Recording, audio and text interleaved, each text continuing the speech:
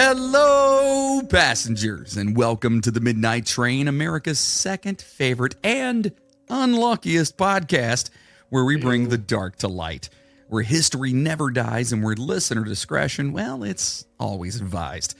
We dive into, make fun of, and joke about the creepy and unsolved mysteries of the world. But listen, if you've been here before, you know that. But if you're new here, we try to bring you as much information on each topic as possible.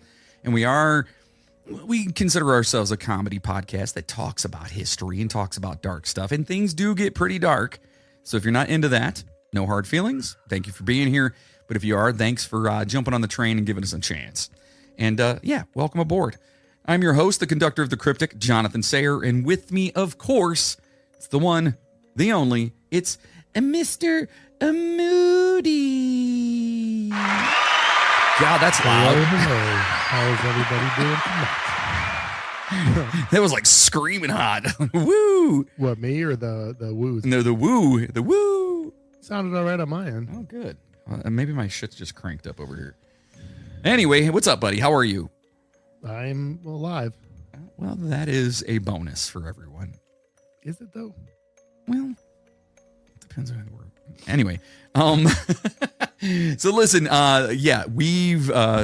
we're back, obviously, in your ear holes again. And I know we keep saying over and over again, hey, we're going to start putting out, but we never said when. And that's kind of, you can buy that shirt over at the midnighttrainpodcast.com if you'd like to get that shirt. You guys can't hold us to nothing. Right. Now, also, I wonder, Moody, do you think any of them out there actually got the Easter egg from the last episode? I don't know, dude. I mean, I don't know. So I hope so. If they didn't, they're going to have to go back and listen. The episode went long. A little bit. And we just wanted to, it was a little teaser for everybody to see if you guys could actually find the Easter egg in that. And hopefully, we're just playing a game. Just playing a game with you guys. And we would love to see if you guys actually find the Easter egg. And to be honest with you, we're willing to give out some actual merchandise for that too. So if you do find the Easter egg in that, please do us a favor, hit us up on the socials, and whether it's the midnighttrainpodcast.com or, any of those things like that, you could do that. So yeah, if you happen to find that, let us know. Okay. Anyway, by the way, Moody, guess what? I have something amazing for you at the end of the episode where it's not your penis, is it? It's what? It's not your penis, is it? I said amazing, not average. Fair. Okay. So, no, I actually had a conversation with a Swedish listener. Oh, no. That basically told me that I am an idiot, but in the greatest way possible. And I will actually... an idiot? Yes. And I will play I'll read... You'll see at the end of the episode. Did you fuck something up that badly? Apparently a lot. And we'll talk about it. Oh, yes. Dude, I was literally laughing my ass off, and I have audio. Dude, y'all need to stay tuned for this shit. Yes, I have audio of him telling me how bad.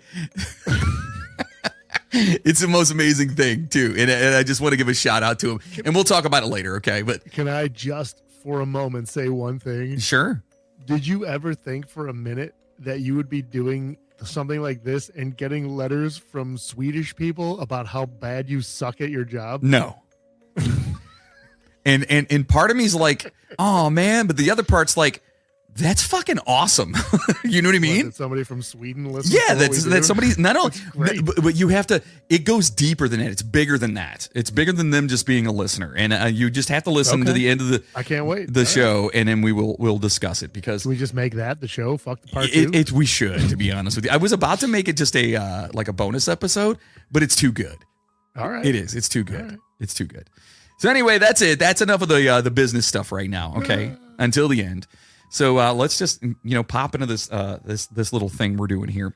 And by the way, this is part 2 of the the lost cities and whatnot. And so if you missed the first one, go back and listen to all 4 hours, just in case you got to find the Easter egg.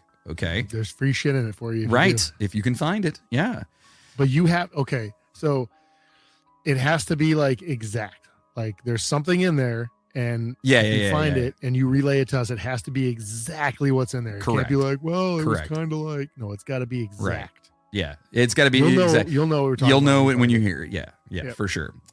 So now let's turn down the lights, adjust our seats, grab a drink, and let's get part 2 on these motherfuckers about lost cities.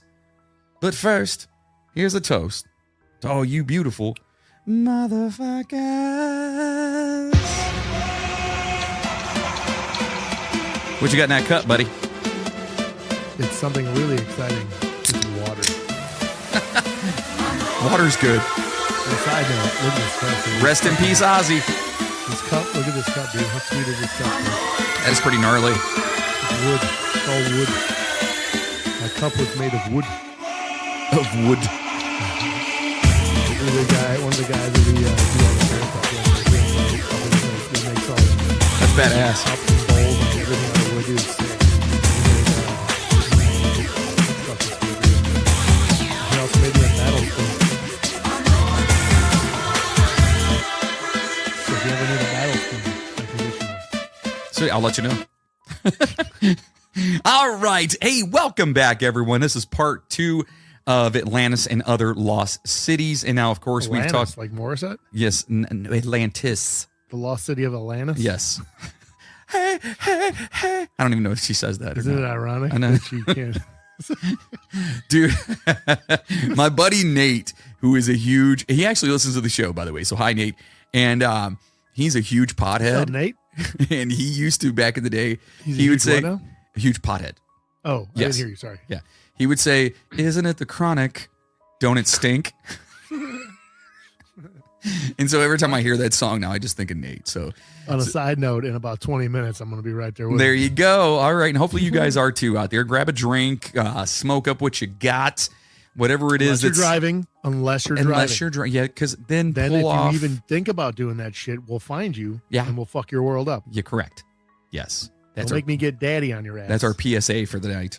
Yes. Not your fucking father, but I'll be if I have to. But I'll be your daddy. That's your job. Hey-oh. All right, so when we left off, we were talking about the Herculaneum, which is amazing, and we both want to go to it because it sounds sweet. like it's sounds crazy super as cool, and fuck. I've never heard of it before. But now we're going to move on to Turkey. All right, and no, not the bird. We're going to the I land like of Turkey. I like turkey sandwiches. I do enjoy a good turkey sandwich. Yeah. I do. Like a nice rotisserie style Oh, yeah, turkey. for sure. Mm.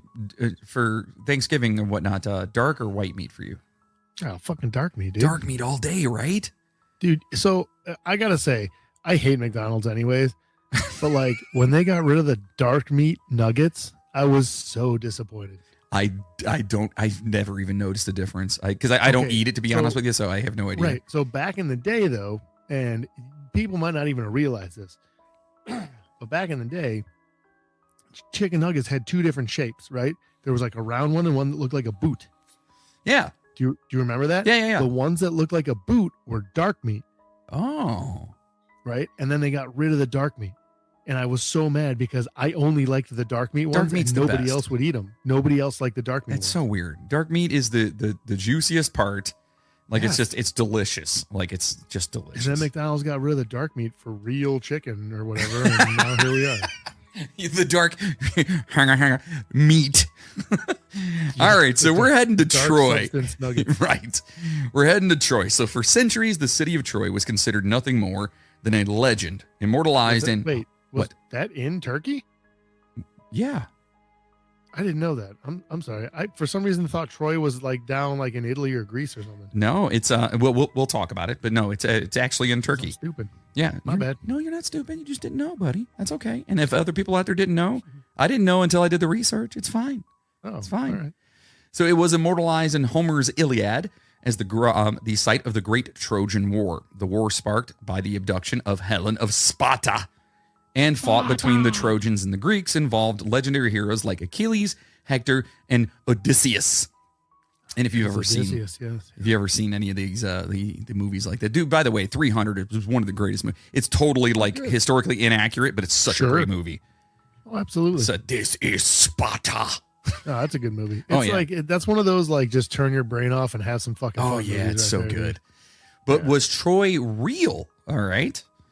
So I guess in short terms, yes, archaeologists in the 19th century uncovered an ancient city in modern-day Turkey, revealing that Troy was a real place that had thrived for thousands of years before its ultimate destruction. So Troy was located in northwestern Anatolia, which is now modern-day Turkey, near the, here we go, Dardanelles Strait. I feel like I got that right. Probably not, but yeah. It sounded good. Yes. An important trade route connecting the Aegean and Black Seas. And the city sat on, here we go again, Hisarlik Hill, which revealed multiple layers of civilization when they excavated it. Okay? So in other words, they found this and they're like, oh shit. Yeah, they just kept building shit on top of dead people.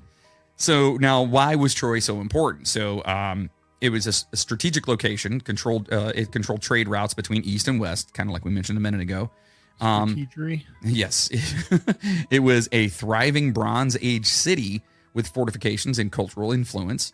And it was immortalized in Greek mythology and literature, like we were talking about with the Iliad. So archaeologists discovered that Troy was not a single city, but rather a series of cities built on top of each other over centuries. Okay. These layers have been numbered Troy 1 all the way to Troy 4. Troy 4. You know what? Troy 3 was the best. That was probably the best one, right? That's the one with Mr. T in it, right? Yeah, and Mr. Bean also. Yeah. They were buddy cops.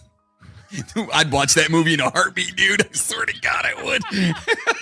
Are you kidding just me? Come up with the greatest. That'd be the greatest movie movie ever. Mr. T and Mr. Bean. Have you seen my watch? Shut up, fool! That's the greatest buddy movie ever made. Holy shit, dude. We just call it Mr. Mister. You know what I mean?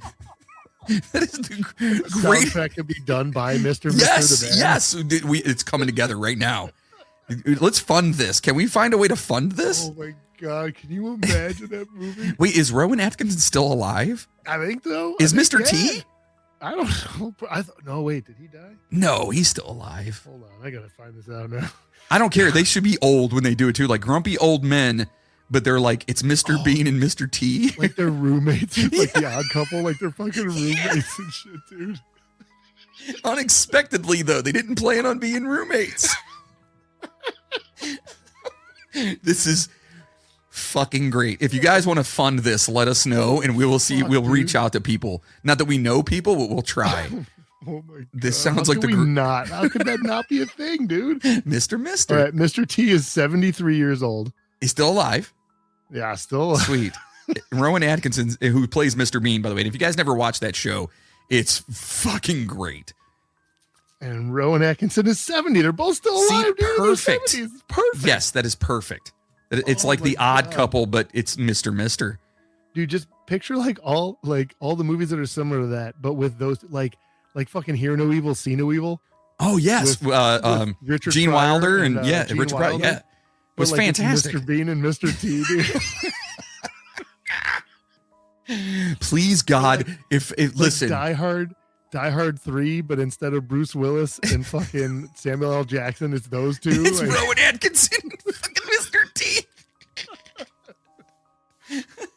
I think the only thing I've ever heard Rowan Atkinson say on Mr. Bean was when he was looking for his watch, and he literally goes, "Everything I watch," and that's exactly the way he sounded in it. And then you got Mr. T, who's just every once in a while he threw out a couple of words, but oh God, I loved that show. Yes, okay, we're gonna fund that. God damn it. Oh, moving on. So now Troy 1, going back to what we're supposed to be talking about. Troy 1. Are we gonna call it Troy 3? It should be called, no, Troy 3, Mr. Mister.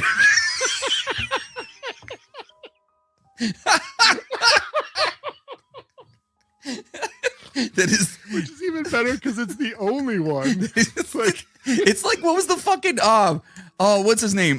Bill Leonard Part 6. Remember that? There was no Part 1 through 5. It was just Part 6. Right, dude. What the fuck was his name? People might think that because there was a Troy movie, right? Right, and exactly. So they're gonna be like, wait, they made 2 of those? Like 3 of those? I've never seen Part 2. And then you watch it, it's Mr. T.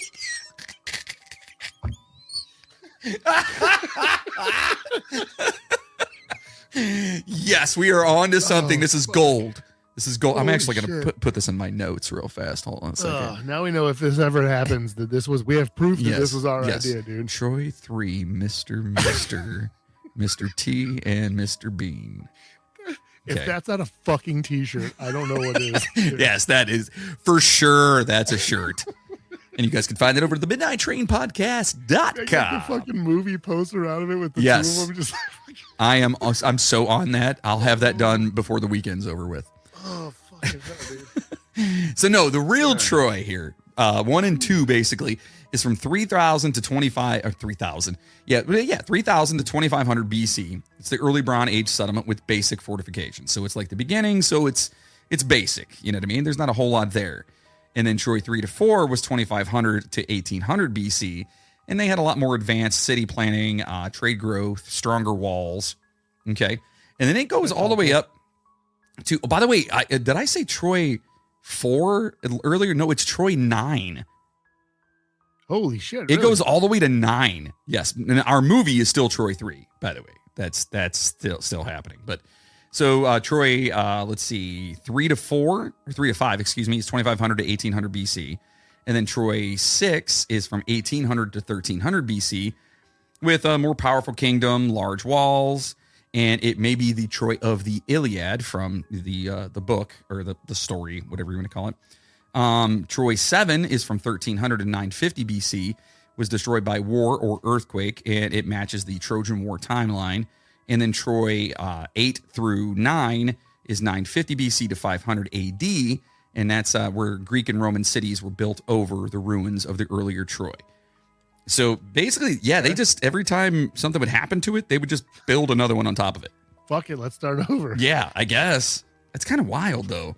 You'd think after like the 8th time, the 9th people would be like, maybe we should just go somewhere else. Should we just move? Like, Shit happens here an this awful hasn't lot. worked 8 other times. Right. Possibly we should just move, like even like 6 miles that way, or sorry, kilometers, whatever. Right, exactly. Actually, whatever they measured. Yeah. What did they measure shit by that? I have no idea. Yeah, that's a good question. What did they measure in back then? Were kilometers a thing back then? I don't know. No. No. How do you? Like We didn't even days? know. We're Like, like, why? how How are many you days will so it take? definitive about that? Like, when did kilometers come into existence? When did someone create kilometers? I will find out. All now right, for Moody, you get on it. I'll keep talking. When? You got to let me keep talking. Oh, sorry. So- Go ahead. So Troy 6 was a wealthy city with strong walls, towers, and a citadel. It had links to the oh my God, is this word actually the Hittites? The Hittites. It looks like either high titties Hittites. or Hittites. It's Hittites. It's high titties. I'm saying It's it. not high titties. It is high titties for us. It is. Dude, you're gonna piss off all the Hittites. Stop it. What high titties are out there listening right now? I don't know. I'm just trying to cover my ass. And they traded with the Mycenaean Greece. Okay. By the way, 1795. Yeah, so that was way after. Yeah. So what the fuck? Yeah, I guess. So I have no idea what they used for measurements back then. Feet? Literally, like them out there walking and going 1, 2, 1 foot after the other. And it was so it was destroyed likely due to war or natural disasters. And many archaeologists they believe that this may have been the Troy described by Homer. Okay. So now, did the Trojan War actually happen? So no evidence, no definitive evidence confirms that the war happened exactly as told in the Iliad. However, evidence does suggest that Troy was attacked or destroyed around 1250 BC, possibly by the Mycenaean Greeks. Okay, so the story of the Trojan War here. So, according to Greek mythology, Paris, the prince of Troy, was abducted Helen, the wife of King Menelaus of Sparta. All right, so he took this lady. The Greeks, led by King Agamemnon, launched a 10-year siege on Troy. And then legendary warriors like Achilles, Odysseus, and Hector, they all fought on both sides, okay, which is really weird. And then the war ended with the famous Trojan horse trick leading to Troy's destruction. And, of course, the Trojan horse trick is where it's the dumbest trick in the entire that I've ever heard of in my life. I mean, If it actually happened. whatever. I mean, would you fall for that? Real quickly, measurements wise, They used, so I guess we'll say what, ancient Rome or ancient Greece at this point we're looking at. Sure. They used a finger, which was about 19.25 millimeters. So a finger. Like lengthwise? Yes. Okay. They used a foot, which is approximately 308 meters, which is, Wait, I'm what? sorry, 0.308 meters. Okay. So So an that actual was foot, like your about a foot yeah. size. A palm, which was 4 fingers in length. Okay. Right. So you got that. Okay. And then a cubit, which is 0.462 meters. So they just use their hands and feet. Yeah. And then ancient Rome used a digit, which is a finger, which was 1/16 of a Roman foot. They used the palm, which is 1/4 of a Roman foot. Hold on, 1/16 of a Roman foot. Is it so your finger's sideways? Because if not, that's a huge fucking foot. Yeah, I don't know. Or I would agree did with they you. have really short fingers? Yeah, probably. It'd have to be this way, right? Like Right. the width of your finger, basically. Yeah, that's what I'm Not saying. the yeah. length of your finger. Right. A foot was the basic unit of length with a length of roughly 0.296 meters. Okay. They used the cubit, which is roughly 0.444 meters. They used a pace, which is like a step, right? You know, you think that's your pace or whatever. Right. And then that was equal to 5 Roman feet. And then they actually had a mile, which was 1,000 paces. So you would have to walk 1,000. And you were like, that's 1 mile. Yeah. That sounds horrible. I mean, it's the same shit. I mean, obviously that sucks more than what we have, but like it's the same shit, right? You got inches, and then you got 12 of those equals a foot. Then you got 3 feet to a Yeah, yard, no, it and makes sense, especially so it's the considering. same thing, but they're literally using like one step is about 5 Roman feet. Yeah, they didn't have like if you Google take- Earth to show you what they were doing or back Right. then. Yeah. If you take 1,000 paces, that equals a mile. Huh. All right, that's pretty I wonder how cool. close that is to a legit mile, though. Well, what's a legit mile? Isn't it like 5- 1,000? 5,400 feet or something like that? Is it that many? Yeah, I think so. Oh. So anyway, back to this. So for centuries, people actually debated whether Troy even existed. Some believed it was purely mythical until Heinrich Schliemann, a German archaeologist, set out to prove that it was in fact real. So It's 5,280 feet. 5,280 feet. That's a little bit different than 1,000 feet. Well, technically, that was 3,000 Roman feet. So that's actually pretty close if that's the case. What is 3,000? You just said it was 1,000 feet was a mile. No, 1,000 paces was a mile. 1,000 paces And was a mile. and a pace was how many which is feet? roughly 3 feet. Or no, I think it was 5 feet. Oh, okay. So yeah, 5 feet. That puts it almost at what our mile is. Yeah. 'Cause Huh. if a pace was 5 Roman feet and a mile was 1,000 paces, that would be 5,000 Roman feet was a mile. They're And pretty it's fucking close, weren't 5,280. they? Yeah. All right. Well, That's I guess awesome. we're close. Well, yeah, right, exactly. We took it ourselves and we're like, no, this is how it's going to be. So now Heinrich Schliemann here, over in the 1870s, he began digging at Hisarlik and discovered Troy, right? Though he mistakenly believed that Troy, too, was the city from Homer's stories. That was Electric Boogaloo. Yeah. Troy 2, Electric Boogaloo. He found the so-called Priam's treasure, a collection of gold artifacts later proven to be from an earlier period, and his methods were destructive as he dug deep trenches that damaged later layers of Troy. So he just went in there all willy-nilly just looking for this shit. Then there was Like throwing Wilhelm bombs in the Dopfeld. countryside. Say what? I say just like they're over there throwing like clay bombs in the countryside. Yeah, like just excavating and blowing shit up. He's like, I'm going to figure it out. And then there's Wilhelm Dopfeld in the 1890s. He identified Troy the Sixth as a powerful, wealthy city matching Homer's descriptions. Then there was Carl Bliegen from 1930s and 1940s that found Troy the Seventh had signs of war and destruction around 1250 BC, supporting the Trojan War theory.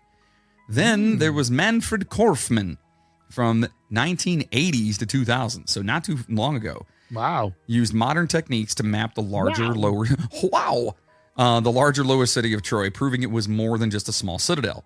He discovered fortifications. So like each of these guys dug down a little farther is basically what happened. That's and what they it kept seems finding- like. Yeah. Okay. Yeah. All right. And so he discovered fortifications, water systems, and battle damage, suggesting that Troy was a significant city, and it was real. It was a real city. So, forever everyone's like, no, Troy's just only in the fairy tales and books, and they're like, no, it's legit. So after Troy's fall, Greek settlers rebuilt it around 700 BC. Alexander the Great visited Troy in 334 BC, paying tribute to Achilles. And then Romans revered Troy, claiming descent from the Trojan hero. This name, Aeneas? It's Aeneas. That's Aeneas, right? Or Aeneas? Aeneas. Let's go with Aeneas. That Aeneas. sounds way better than Aeneas. So it doesn't sound like Aeneas, yes. As told in Virgil's Aeneid. And then the Roman Emperor Augustus rebuilt Troy as Ilium, but by the 5th century AD, the city faded into obscurity. So now, why is Troy considered something important today? So in mythology and literature, the Iliad and the Odyssey remain among the most famous works of all time. And of course, they mention the city of Troy in those books. In archaeology, it proved that myths can have a basis in reality, right? So these books, way back in the day, it doesn't have to be like 100% legit, but it also, I guess, that's when you go, wait a minute, if Troy was real, then maybe Atlantis was real, right? Correct. Right. And then the cultural impact is that the story of Troy influenced Western art, philosophy, and military strategy for thousands of years. So Troy is a UNESCO World Heritage Site, which it's got preserved ruins, including the city walls from Troy 6 and 7, the remains of towers and grates, the site where the Trojan horse trick supposedly happened, and a modern replica of the Trojan horse at the entrance. So basically, the city existed and it was there for thousands of years. And they, when they say like what actually happened to it, there was a major conflict that they think happened right around 1250 BC. Homer's story was not true, and the Iliad is a mix of history, myth, and over-exaggeration. And it's just something cool because it was actually a fact. It was there, and it makes you go, "Oh shit, okay." So when you read the stories, the way that we hear about it, but it was definitely a real place. Correct. And if you are unaware of what the Trojan horse trick is, first of all, you're an idiot. Well, I mean, some people may not know. I mean, it's very possible. Nowadays, it doesn't surprise me. Just messing around, dude. I should literally ask. All of our listeners are very smart. I should ask my youngest. I should ask my youngest daughter if she knows what the Trojan horse trick was. Yeah, I should do that. She's actually. As long as she doesn't come back with something about condoms, you can. Yeah. I'm like, nope. No. So basically, they were trying to get into the city of Troy. So their opponents, the people that want to get in, they built a big, huge wooden horse, and it was presented as a gift. And allegedly, they brought it in and were like, "Oh, hey, look!" And then the bad guys jumped out and slaughtered everybody. Is pretty much that's all I could think about when you started saying that was like Will Ferrell just being like an old wooden horse. It's an old wooden horse. No, Ron, it's not an old wooden horse. What was the word he said? Oh, diversity, right? Yeah, we need more diversity. Old wooden ship. No, Ron, it's not an old wooden ship. So anyway, yeah, they say that the people actually fell for that, and then that you can actually see a replica of the Trojan horse, which I don't know if they did that or not. I mean, it seems silly to me, but whatever. So now they should have. We should have fell for it? No, they should have done it. If they didn't do it, like clearly somebody had figured it out. Someone should have fucking done it. I just don't know if it was like, just a myth. You know what I mean? But that's what I'm saying. Yeah. Even if it's not true, like somebody should have done that at some point because it's a good idea because people were dumb back then. Well, apparently.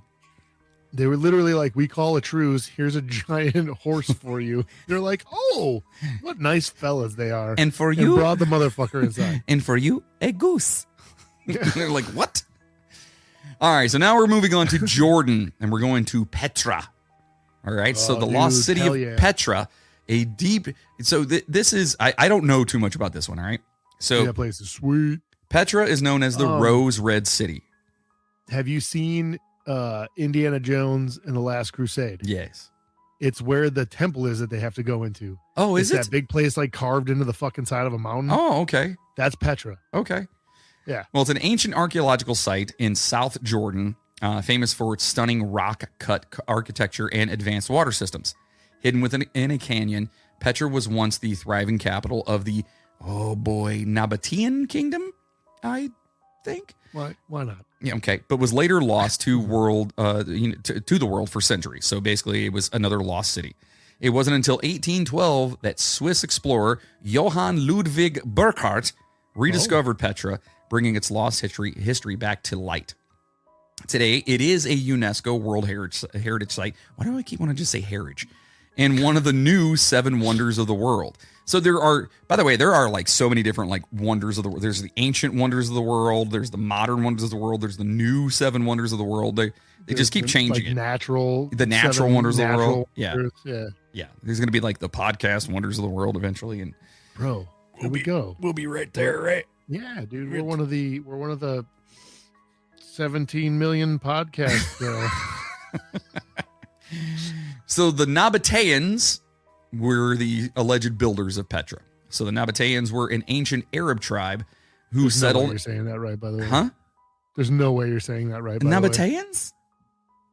What do you? Yeah, I'm saying that right. I don't think you are. Okay, how would you say that? I don't know. How do you spell it? Nabataeans. Nabata. Oh, there it is. I see it. All right, let me see. I'm looking it up right here. Hold on, let me see. Does it play it for me? Hold on. We're gonna see if this is. You were close. Don't play that. Don't play the commercial. Okay, sorry. It's Nabatean. Okay, that's what I said. You said Nabatean. Oh Jesus! All right. I actually, the first time I said it, I did say Nabatean. Oh, okay. Yeah. So anyway, did you say? Oh, you might have been saying that. Yeah, I don't remember. Yeah. Yeah. So fuck you, Moody. How's that? I mean, hey, look, I can admit when I'm wrong, and but you won't. You can. I'm not going to, but I can. Right. So anyway, they settled Petra around the 4th century BC. They were skilled traders and engineers, controlling them. Huh? Yeah, Nabatean. Yeah, I said Nabat. I think I said that first. It just keeps going. All right, well, fucking stop it. If you found this video helpful, please like and subscribe. Jesus Christ. So they they had caravan routes between Arabia, Egypt, and the Mediterranean, and Petra flourished under their rule, becoming a rich and powerful city. Okay. So now they were in a strategic location, right? This is why they were important. Petra sat at the crossroads of a major trade route connecting India, China, Arabia, and Rome. Okay, just like what we talked about before with Troy. It's all about the trade routes back then. Yeah, hell yeah. So they were like central to the trade routes. Right. So then they also had water engineering. They built advanced aqueducts, cisterns, and reservoirs to survive in the desert, which is pretty amazing considering when this was built in the 4th century. They had cultural fusion, blended influences from Greek, Roman, Egyptian, and Mesopotamian architecture. So there was like a bunch of people there just kind of like throwing their hands in, which is pretty amazing. It wasn't kind of like America. Yeah, it wasn't secular. You know what I mean? Like they kind of did their own thing. Yeah. So now the with Petra here, there was the oh boy, here we go. The treasury, also known as Al-Kazna. Hold on a second. That was fucking amazing. You didn't mean to do it, but that was just comedy gold right now. Because you were like, and then, oh no, this word. And then you're like, the treasury. It's like, what? So I went past it in order to say, yes, like comedy gold right the there, treasury. No, I know the word treasury. Just the way you did that, I was like waiting for it. You're like, the treasury. I wanted to bypass the damn thing. No, it's Al-Kazna. And it's the most famous structure in Petra. It's a massive tomb carved into pink sandstone. That's it. That's what I'm talking about. Okay. So built in the 1st century BC as a mausoleum for King Aretas IV, the name treasury comes from a legend that it contained a hidden treasure. Then there is the Petra's entrance, which is a narrow winding canyon around 1.2 kilometers long. leading to Petra's heart. Towering cliffs reach 80 meters high, making it a natural fortress. And is that what it looks like? Oh, we got to post a picture of that for sure. Yeah. What? That's crazy. What they're talking about. Yeah. It looks like an old house. That's insane. It kind of was, I guess, technically. It looks like an old wooden ship. It's an old wooden house. So it made it a fortress, all right? And then ancient water channels were carved along its walls.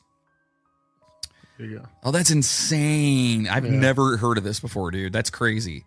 That's the front of the temple that they go into in Indiana Jones in the Last Crusade. Yeah, we'll make sure to post that up so you guys can see it. This thing looks amazing.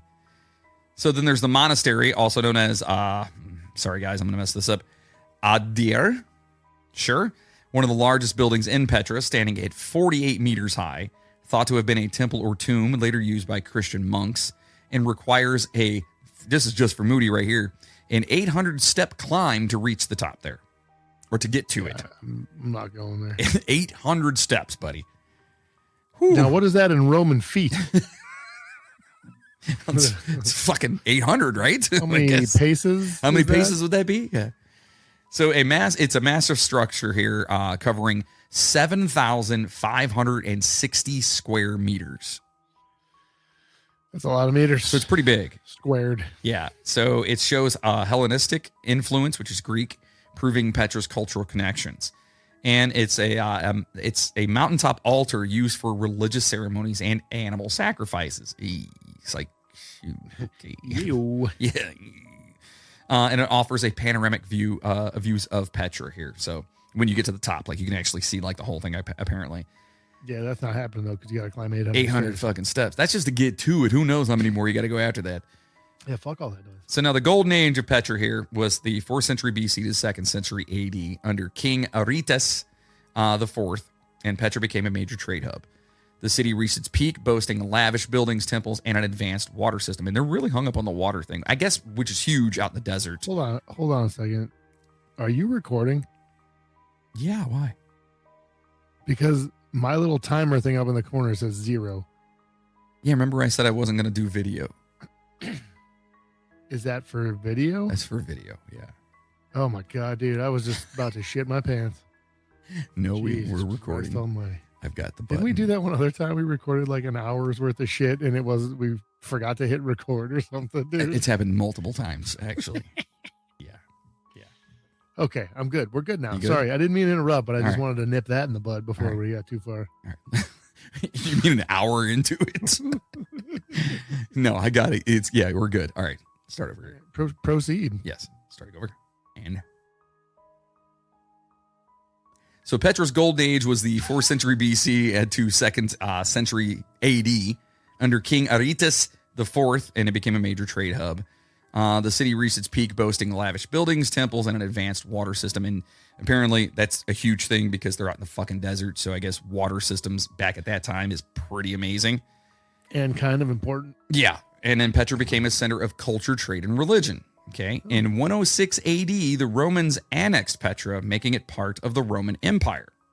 Fucking Romans. I know, those bastards. The city adapted building amphitheaters, roads, and Roman-style buildings.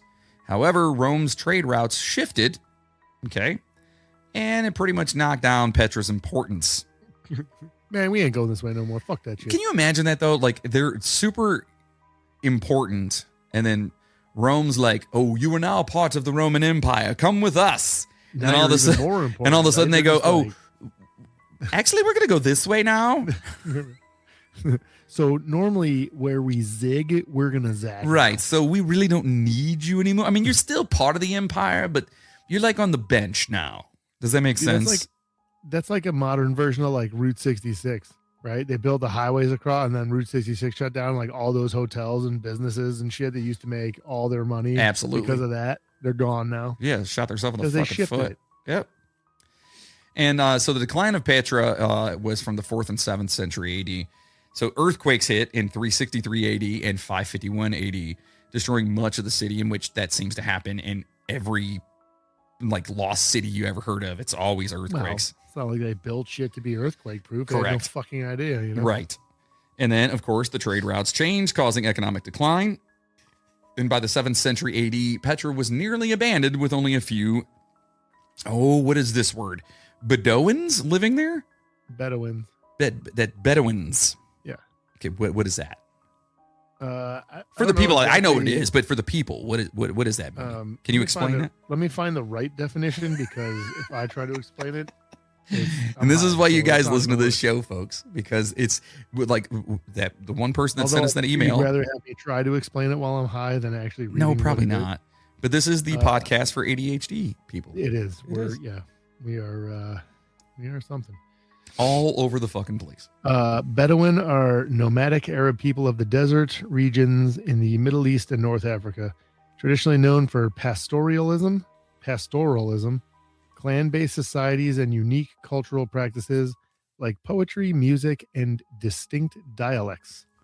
So they're like the sand people from Star Wars. Sure. It says, while many... Anyone else get that? I get it.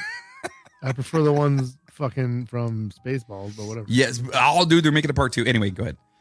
It says, while many have transitioned to more urban lifestyles due to modernization and societal pressures, some groups still maintain nomadic traditions, facing challenges with infrastructure, education, and cultural preservation. That's pretty awesome. Bedouins. All right, cool. So now, after the Crusades in the 12th century AD, Petra faded from historical records, okay? And Westerners forgot about Petra for over 600 years. Then there was the rediscovery of Petra in 1812. Johann Ludwig Burckhardt, okay, he's the guy who basically found Petra. He's a Swiss explorer disguised as an Arab traveler, heard of a lost city hidden in the mountains, okay? This guy, shut the fuck, this is crazy. He convinced local Bedouins to guide him to Petra. Upon seeing the treasury, he realized he had found the lost city. His writings sparked global interest, leading to modern excavations.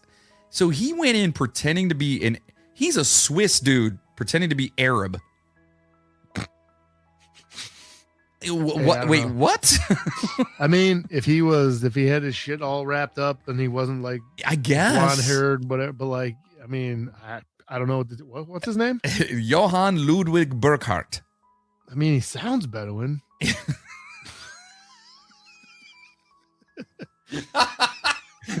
yeah, he does, actually. He does, in fact. Johann what? Ludwig Burckhardt.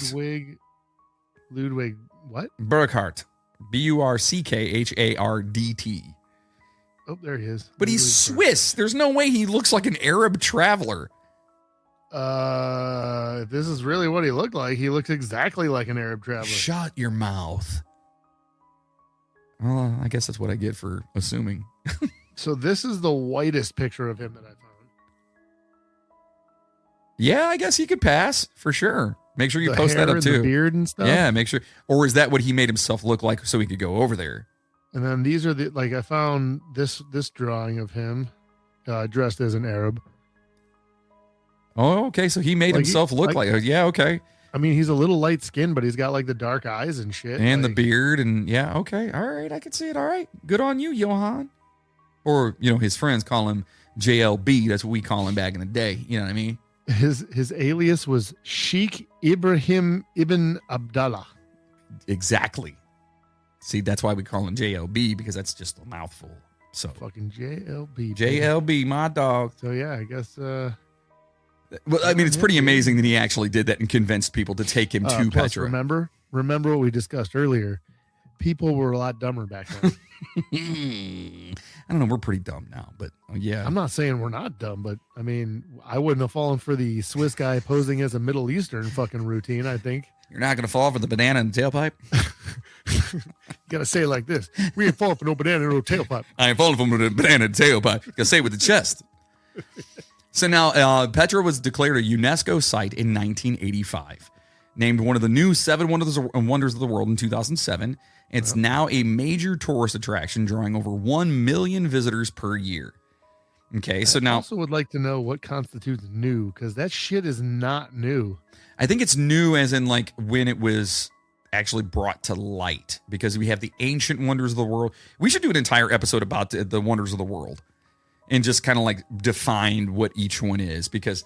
Oh, here you go. The new 7 wonders of the world was a global popularity poll campaign launched in 2001 by the New Seven Wonders Foundation to select 7 existing man-made monuments from a list of 200 different ones. So it's bullshit. And the ones that were chosen, the 7 are the Great Wall of China, Petra, Christ the Redeemer statue in Brazil, the big Jeebus, Machu Picchu, Chichen Itza, the Colosseum in Italy, and the Taj Mahal in India. Yeah. But... Okay. All right. I guess. I mean, those are all pretty cool things. I'd like to know what the other 193 were. The Cleveland Browns football stadium. Like, it's just, it's a popularity contest, though. You know what I mean? It's like, I don't know. I guess that's what people vote on, and I guess people go to these things, so I guess it matters. So yeah. So now these sandstone structures of Petra are actually slowly crumbling. By the way, there's a question on here, and I am not satisfied by the answer. Okay. The answer was, what is considered the 8th wonder of the world? The question, you mean? Yeah, that was the question. Okay. Sorry. What is considered the 8th wonder of the world? Okay, it's Andre the Giant. It's Andre the Giant. It's Andre the fucking Giant. Like, that's not what they say. They're calling it Angkor Wat in Cambodia, but they're wrong. Everybody knows that it's Andre the Giant. 100%. Yeah. There is no other answer. Yeah. Anyways, sorry. Go ahead. Sorry, we're just all over it. I'm sorry. Welcome back, folks. So now, also over tourism is kind of screwing the place up too. Like the foot traffic is just causing like a bunch of damage to the ancient carvings and stuff. And then heavy rains and flash floods threaten the ruins itself. Just the climate itself is kind of messing things up. So Jordanian government of UNESCO are working on conservation projects on this right now. And they've regulated tourism to control visitor impact so that way their footprint isn't screwing everything up. Because originally they probably just opened it up and they were like, come check it out. Yeah, there's a lot of places that get absolutely destroyed because human beings are fucking terrible. Yeah, because we suck. We absolutely suck. And then there is digital documentation to preserve Petra's history. So now they're actually going to have it so you could just go and look at it online as opposed to going there and fucking it all up like everyone else does. So now, here are some fun facts about Petra. Ooh. Yeah. Petra's rock structures were not homes, but they were tombs or temples. Okay. Yeah. And the treasury was never a real treasury, even though that dude, our boy, was going there to look for it. It was actually a royal tomb. Okay. So it could have had treasure in it because they used to bury people with stuff, but it was never actually like a big room full of treasure. Wasn't there just for a treasure, right? Right. Here's one for you, buddy. You mentioned it earlier. Petra was featured in Indiana Jones and the Last Crusade in 1989. Ooh. And the Nabateans created a water system that could store enough water for 30,000 people. So they had a water tower. They basically built a water tower back then. That's pretty awesome. Picture like a new water tower. It's like up there. It just says Nabateans on it. Carved in instead of yeah.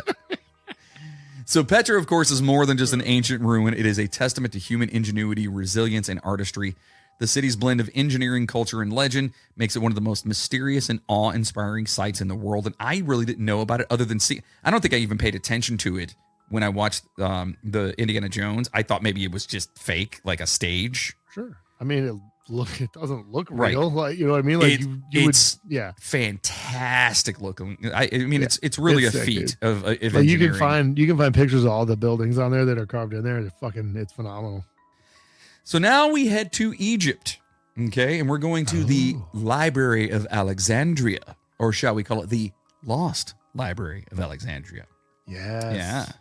So the mystery of the Library of Alexandria here, it's one of the most extraordinary intellectual centers of the ancient world, founded in the 3rd century BCE in Alexandria, Egypt, and it was meant to collect all human knowledge and attract the great scholars.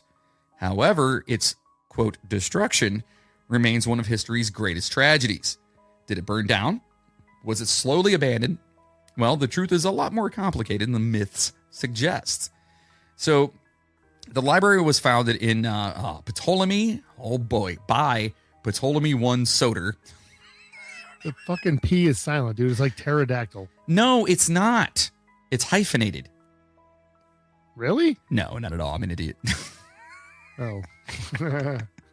We're just going to call him Soder. All right. And I'm the one that said people were dumber back then. So he's a general of Alexander the Great after Alexander's conquest of Egypt. His son, Ptolemy II Philadelphus, okay, he expanded it, turning it into the world's first universal library. Philadelphus? Philadelphus. Swear to God. Is that what Philadelphia is named after? Maybe. I don't know. But his son is the one that was like, I'm going to turn this thing into a universal library.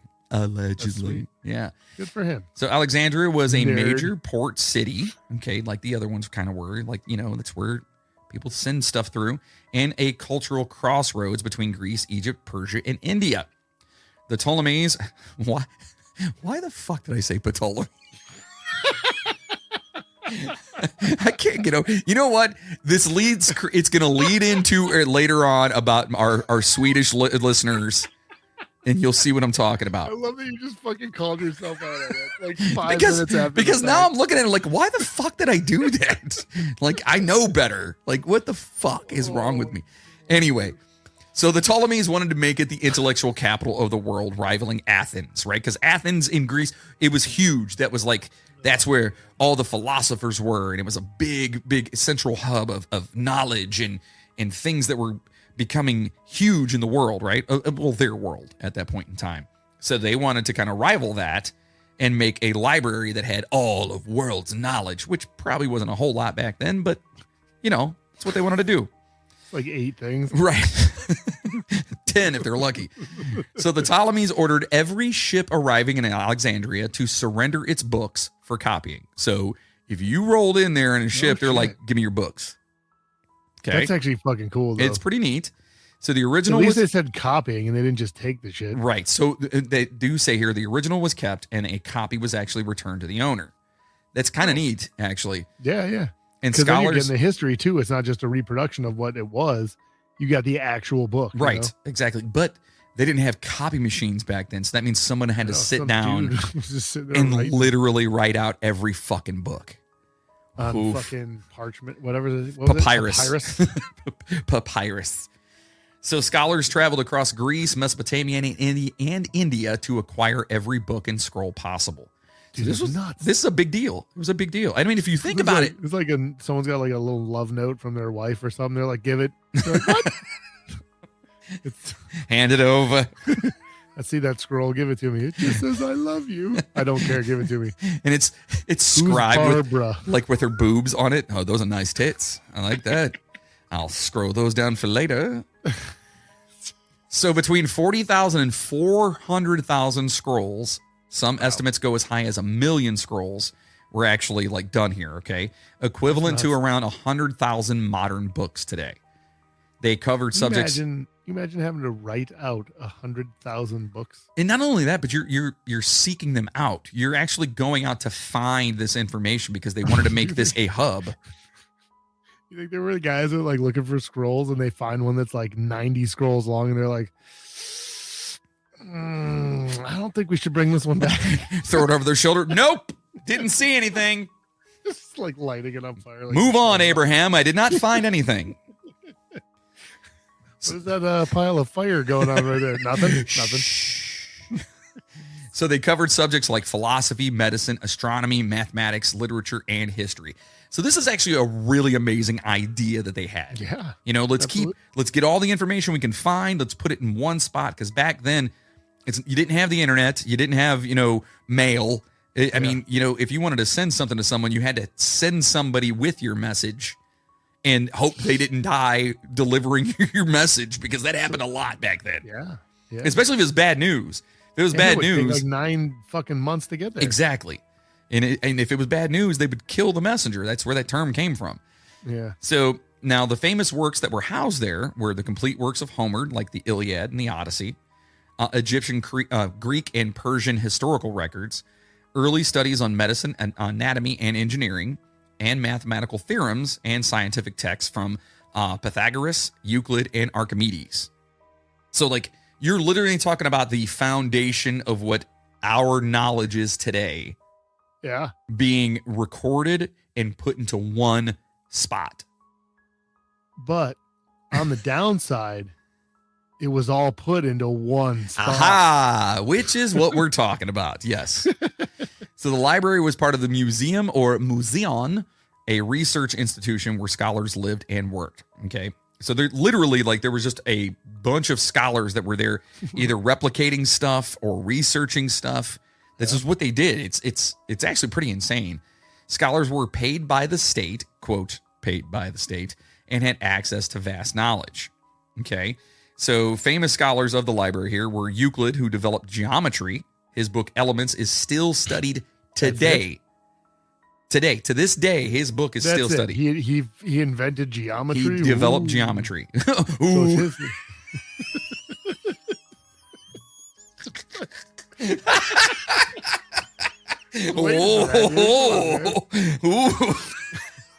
Why is he so famous? Fuck that guy. He didn't do nothing. First of all, geometry.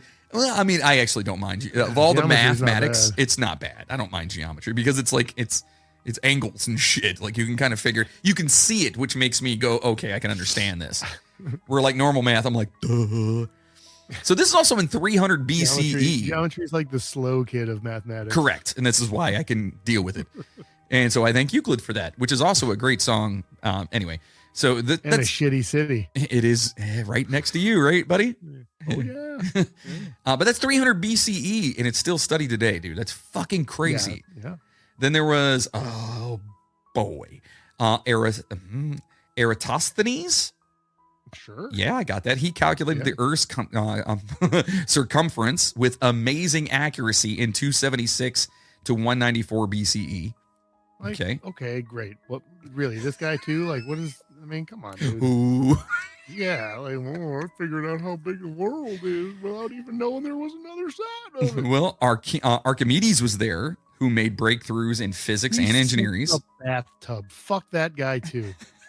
Hipparchus was there, who created the first star catalog. I don't even know who that guy is. Heron of Alexandria invented the first steam engine. Okay. That's pretty fucking sweet. From 10 to 70 AD, he created the first steam fucking engine. Look, that guy, he belongs here. Those other people, no. And then the last one that I have on my list here is it's either Galen or Galen. It's Galen. He wrote influential medical texts used for over 1,000 years. Because people were dumb. Oh boy. So many believe the library was burned down in one catastrophic event, which is why you never put all your fucking information in one spot. That's why you have backups, folks, of everything you do. It's absolutely true. If it's important, make a backup of a backup of a backup, because you never fucking, and put it someplace else. Because if you don't do that, it's gonna burn down and you're not gonna have anything. Yeah. So now that's what they believed happened. Okay. So now we're talking about, there was a fire that there's this guy named Julius. What's his last name? It sounds like a salad. Ranch? No, not ranch. Tuna salad. Is it Cobb? No, Caesar.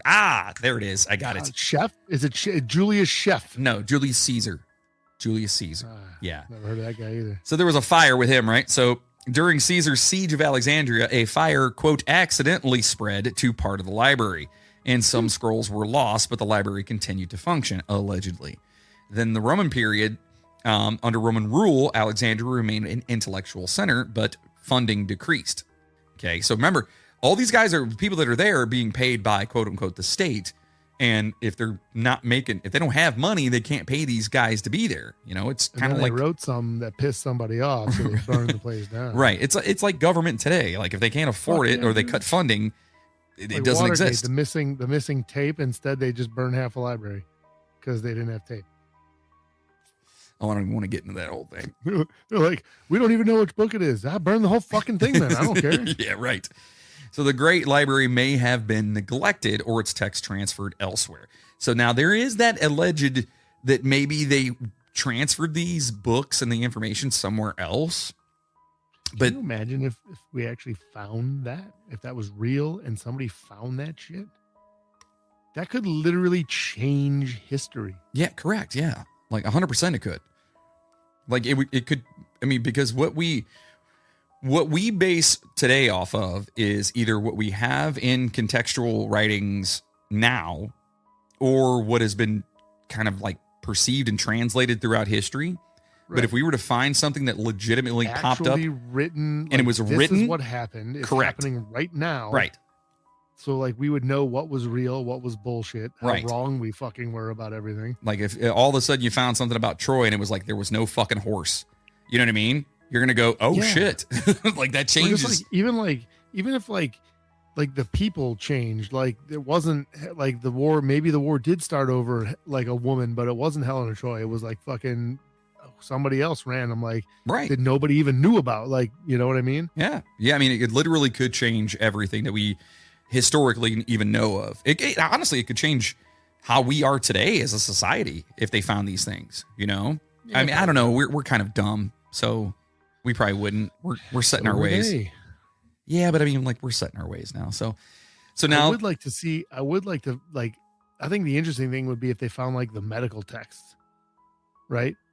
Because like that shit would be cool. Like seeing what they used to do and how they, you know, because I'm sure like they say that they were followed for 1,000 years or whatever, but like we don't really know what they were. Like, you know what I'm saying? Or what was followed. Yeah. Or what was followed, because it's not like they had like, you know, I mean, shit, in the 1800s, 1700s, they had like laudanum. Like what the fuck were they using back then? Right. You know what I mean? How are they like how are they dealing with certain things like surgeries if they had to like do something or whatever, you know what I mean? Stoning. That's what they did. They dealt with everything by stoning. Looks like he's got a pretty nasty cut. Stone him. Kill him. That's it. Stone him. He ain't gonna make it. Yeah. It's not that bad, but yeah, he's bleeding. Yeah, but it could be. It could be.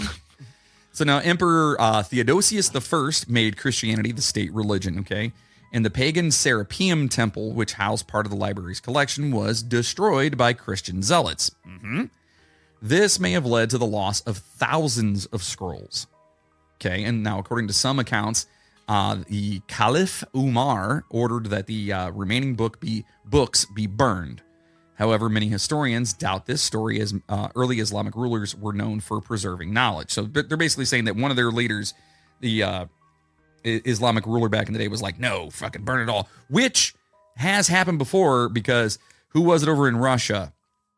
Was it Stalin that wanted all books to be burned, everything to be burned, because he didn't want his people being smarter than he was? Yeah. I may have been, it may not. I'm pretty sure it was Stalin. I'm sure we'll have one of our Russian listeners call us and tell us how wrong we are. Please do. God damn it. I think it was, but it's happened over and over again. Who was the guy that killed all the people over? Was it Cambodia? The guy. Yeah, the Khmer Rouge. Khmer Rouge. That guy did the same fucking thing, where he basically he got rid of all the doctors, all the teachers, anyone who was smart, and got rid of books and everything else. Pol Pot, right? Yeah. He didn't want people being smarter than he was, because smart people can rise up. Dumb people just pay attention and just do what they're told. Oh, that sounds familiar. Anyway, sorry. So now, some scrolls may have been saved and moved to other libraries, like in Constantinople, Baghdad, and Rome. Arab scholars later translated many Greek and Roman works, and can't go back to Constantinople because, well, it's Istanbul, not Constantinople. Right. It was Constantinople. It's Istanbul now. Correct. So you can't go back to Constantinople. Right. And you know that even old New York, it was once New Amsterdam. Come on, man. And it's nobody's business but the Turks, baby. All right. Istanbul was Constantinople. Istanbul was Constantinople. Dude, I love They Might Be Giants. Oh my God, I love that band. Such a serious conversation for a second, too. You lost it. I couldn't hold it, dude. I couldn't do it. So Arab scholars later translated many Greek and Roman works, keeping knowledge alive during the Middle Ages. And the House of Wisdom in Baghdad from the 8th to 13th century continued Alexandria's intellectual legacy. Okay. So basically what they're saying is that this place did exist, but it's no longer around but they did transfer a lot of the stuff to different places as it was being, burned down by Islamic rulers or during war, or if somebody came in and just decided to fuck the place up or whatever. So now you know what it could have been? What? It could have been Slimer. He did fuck that library up. That's what I'm saying, dude. Yeah. Little bastard. Where the fuck did that come? So anyway, now in 2002, Egypt built the Biblioteca Alexandrina, a modern library in Alexandria. It serves as a symbol of knowledge and learning, just like the ancient library, and it holds over 8 million books and digital archives of ancient texts. That is amazing, and I would love to visit that. I would just look. Could you imagine? You haven't been there, John? Not yet, buddy. Not yet. I can't wait to go to Egypt. I swear to God.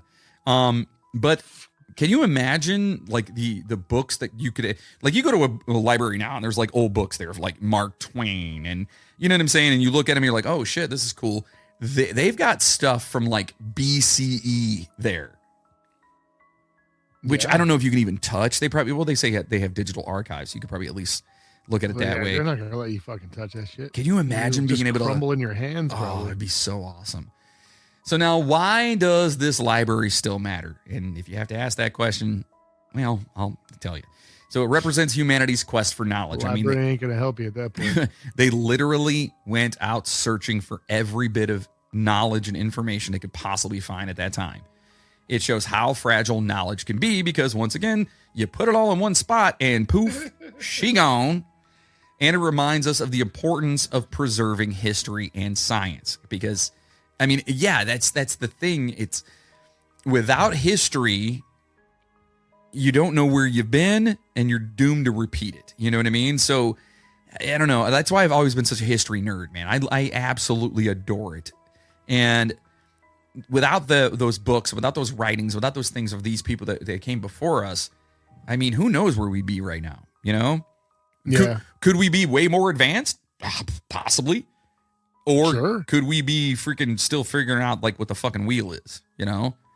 We're almost there still. Almost. Yeah. Or at least we're getting back to that point. Yes. We're almost halfway there.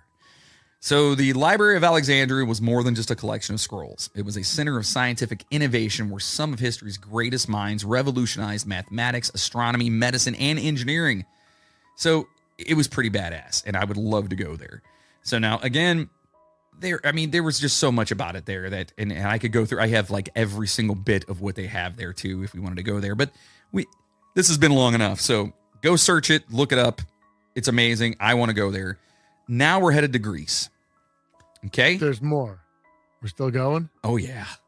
We've got Helike. Is this one going to be 4 hours like without an Easter egg? It's possible. Huh. This is Helike. Okay. Helike. I'm going to say Helike. Helike, my guy is the... Jesus Christ. Dude. No? Okay. So this is the lost Absolutely city not. of ancient Greece. So it was an ancient Greek city on the northern coast of the Peloponnesian Peninsula in Achaea that vanished overnight in a cataclysmic disaster around 373 BCE, often referred to as the Greek Atlantis. It was a thriving center of culture, trade, and religion before being swallowed by the sea and buried under layers of sediment for over 2 millennia. All right? Yeah, which I've never heard of this one either, man. So it was situated in Achaea near the Gulf of Corinth. And I think it's Helike. I'm going to call it Helike. I'm sorry. It was a powerful and influential city in classical Greece. It controlled a thriving port that connected Greece with other Mediterranean civilizations, including Ionia and Egypt. And the leader of the Achaean League. Oh, I kept saying Archaean. It's Achaean. Leader of the Achaean League, a confederation of city-states that played a key role in Greek politics. So now, it had a major religious center. Huh? What is it? It is Helike? Shut up. How's it spelled? Helike. Yeah, Helike. Oh, let me see this one. That seems so on the nose. What the fuck is that? There's an ad for a game. My bad. Here, let's see. Heliki, Greek helike. Heliki. Oh, there you go. Okay. Helike. But then it said helike. Heliki, Greek helike. So the Greek is helike. Okay, I was saying it right. Hey, Yeah. I give myself one of those. The man got one. Hey. And just wait till the Swedes get a hold of me. Anyway, so they had a major religious center for the worship of Poseidon, the god of sea and earthquakes, and its sanctuary of Poseidon was famous throughout Greece and attracted visitors from afar. They produced high quality pottery, sculptures, and coins, which is evidence of its economic prosperity. Okay, so now historical accounts describe a powerful earthquake that struck Helike suddenly, which is crazy that they actually had a religious center for Poseidon, who was the god of sea and earthquakes. Yeah. Just saying, well, ironic. Apparently it pissed them off. So. Yeah. The tremors were followed by a massive tsunami, which completely submerged the city. Ancient writers report that Helike and its people vanished beneath the waters overnight. So the historian Diodorus Siculus, from 1st century BCE, wrote that the earthquake was followed by the sea rushing inland, drowning the city and everyone in it. Pausanias from 2nd century CE visited the site and claimed that the ruins could still be seen beneath the water, which is crazy. And then Strabo, 1st century BCE, mentioned that divers could still fill Heliki's bronze statues on the sea floor, or still find them on the sea floor. Wow. So now, Heliki sat near two major fault lines, making it vulnerable to seismic activity. It's like fucking LA. Yeah, you might as well. Just wait for it. The area's soil composition may have led to liquefaction, where solid ground temporarily acts like liquid due to intense shaking. And a combination of earthquake, soil collapse, and a tsunami explains how it just fucking disappeared. So, because of its sudden and dramatic destruction, Helike became a legend, kind of like Atlantis. And many believe that Poseidon himself had cursed the city because dude, you got this one, because its people had offended him. Yeah, see, they pissed off Poseidon. You fucking nailed that one. And some stories claim that Helike was a warning from the gods about the dangers of human arrogance and hubris. For centuries, scholars searched Helike's ruins in the Gulf of Corinth, believing it had been lost to the sea. In 1988, archaeologists began serious excavations in Achaia. I kept saying Archaea earlier, so... In the 1990s and early 2000s, researchers found ancient Helike buried beneath coastal sediment, not underwater. So they found this fucking city. Damn. And excavations uncovered a well-preserved city, pottery, coins, roads, and buildings, proving that Helike was a major urban center before its destruction. So I wonder if it was underwater at one point. Yeah, it's possible. I mean, if a tsunami came... Because they said coastal land. So if it was on the coast, it could have been underwater. They could have, you know what I'm saying? Yeah, I mean, and if a tsunami comes in, when it goes back out, doesn't a bunch of sediment and shit come with it? Yeah, it's going to bring all that shit that it knocked down back out here with it. Right. So yeah, it probably was underwater. Like on the coast, it could have been, Yeah. So it was one of the underwater. best preserved examples of a classical Greek city, showing how urban planning worked in ancient Greece. Its sudden destruction likely influenced later myths about lost cities, including Atlantis. So they're saying that this may potentially be where the story of Atlantis came from. Okay. And it serves as an important reminder of the power of the earthquakes and tsunamis, even in modern times. And they are a motherfucker, which we all know because there's been a couple of them. So, real quick, and I don't know why this popped in my head, probably just because I'm high. Okay. But there is I was looking at something yesterday, and it popped up because I had just listened to the last episode with Danny on the way home on Monday, and they were talking about the volcanoes or whatever, and it was a list of like the largest active volcanoes or some shit like that. And there's apparently a very active and deadly volcano named Stromboli. And where's it at? I would assume Italy. It better be in Italy. God. Hold on, let me see. And then the headlines read, funny. headlines read, millions dead by Stromboli. Stromboli kills millions. I like a good Stromboli. Do you like Stromboli? I like a good Stromboli.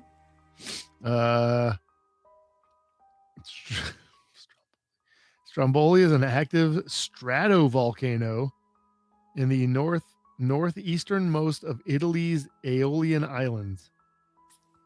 Known as the lighthouse of the Mediterranean for its frequent small explosive eruptions that create glowing lava fountains at night.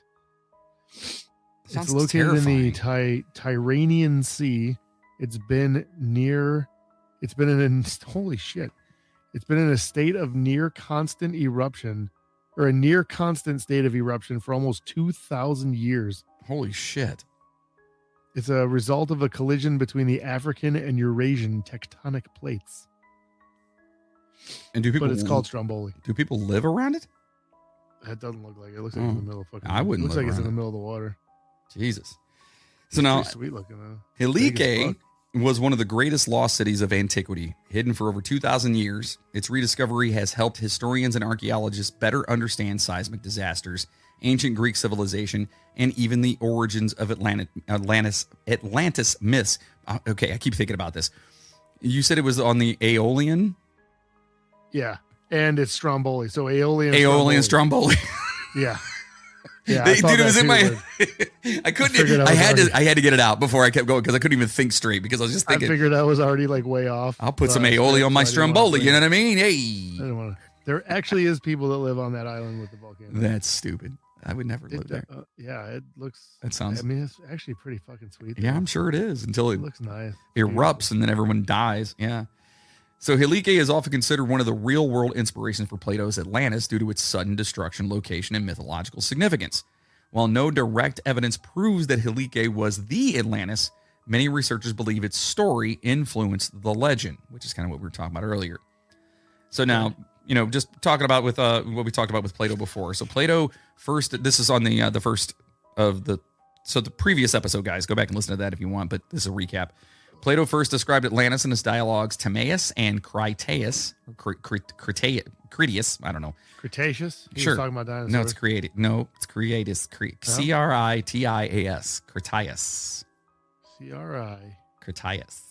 Tias. Critias. Yeah, sure. Okay. We'll go with that. Atlantis was a, quote, powerful, wealthy island civilization beyond the Pillars of Hercules, which is modern Gibraltar. God damn it.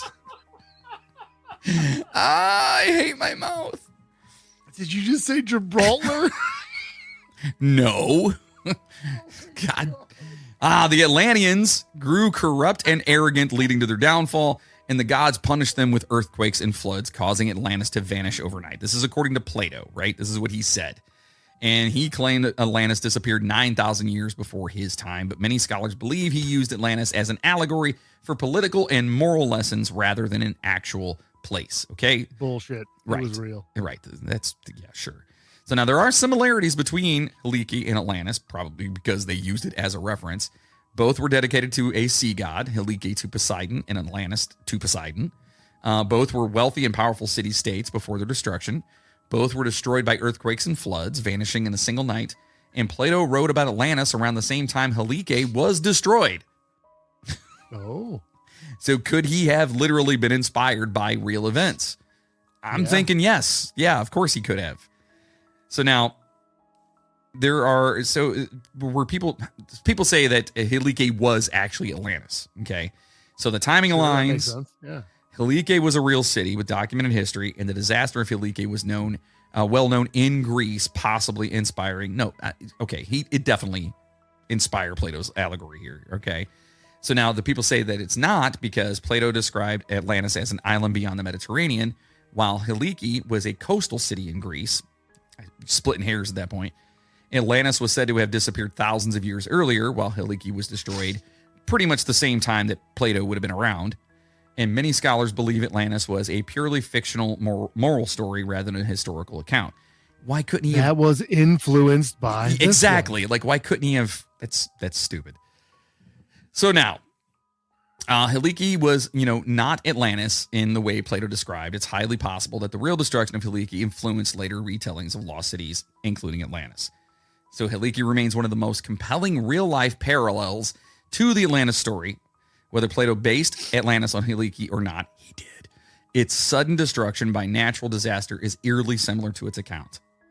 So that is the lost cities. And to be honest, I have quite a few more that we could probably do in we're not going to do a part 3. Maybe we'll do a bonus episode or something like that with it. But I found so many cool things about all of these places that I'd never heard of before. Yeah. And now it's like, I want to visit these places. I want to go. I want to actually get to see the place where the Temple, would you say the Temple of Doom or no, the Last Crusade? No, the Last Crusade. Yeah, I want to go. I want to, Petra. Yeah, I want to go to these places. So hopefully you guys learned a little bit of something and a little bit more with Moody correcting my speech and vernacular and whatnot. But yeah, so those are your lost cities. And there's also, the Thonis Heracleon in Egypt. Sure. And I mean, there's a lot. There's a lot out there. And history has been lost. It sounds like a good bonus. Absolutely. History has been lost. But luckily they're finding these things. Yeah. So it's pretty cool. So hopefully you guys are into that. And you guys enjoyed this. And sorry it took so long to get back for part 2. But you know how we do it. And, whatever. Shit's crazy. So now. Look, just be happy you got a part 2. Right. I cannot wait. Seriously. Like, I'm super enthralled. Especially like the library.